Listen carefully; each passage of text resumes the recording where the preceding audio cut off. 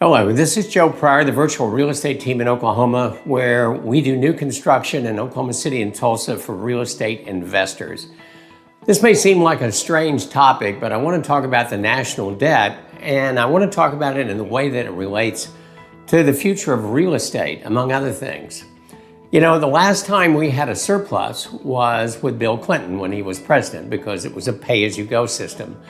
We had, I think, about a $500 billion surplus that if we had stayed with the pay-as-you-go, we'd be about $5 trillion to the plus right now. But instead, starting with Bush on, we are now at $37 trillion worth of debt. And the way that we pay for this debt is we do treasury bonds that mostly foreigners buy. The top buyers are, in order, Japan, European Union, China, and then hedge funds.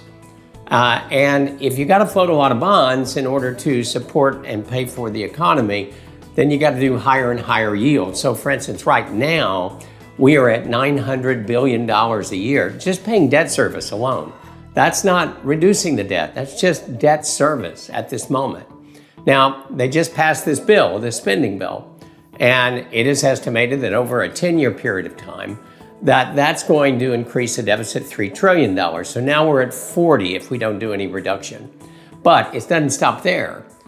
We also are every year running about a $2 trillion deficit.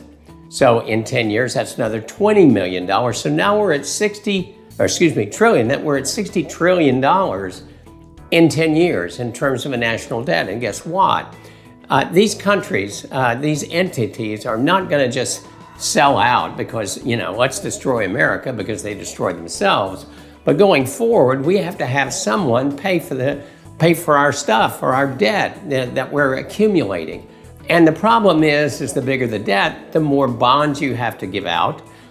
So supply and demand says you've got to do higher and higher yields, which means that the government is paying even more. So it doesn't stop at $60 trillion. And this is scary.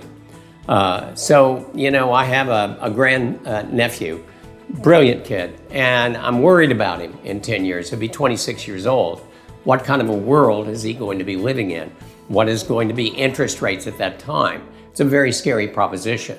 Now, what does this have to do with you and me at this particular time? Well, right now, regardless of what you think about the Federal Reserve, they've handled inflation pretty well. And we're seeing some reductions finally in the interest rates again. And builders are making some incredible deals by buying huge packages of loans before they ever get to you. So instead of, say, 6 or 7% interest rate, you're now getting below 5%, even 4.5, 4.625%.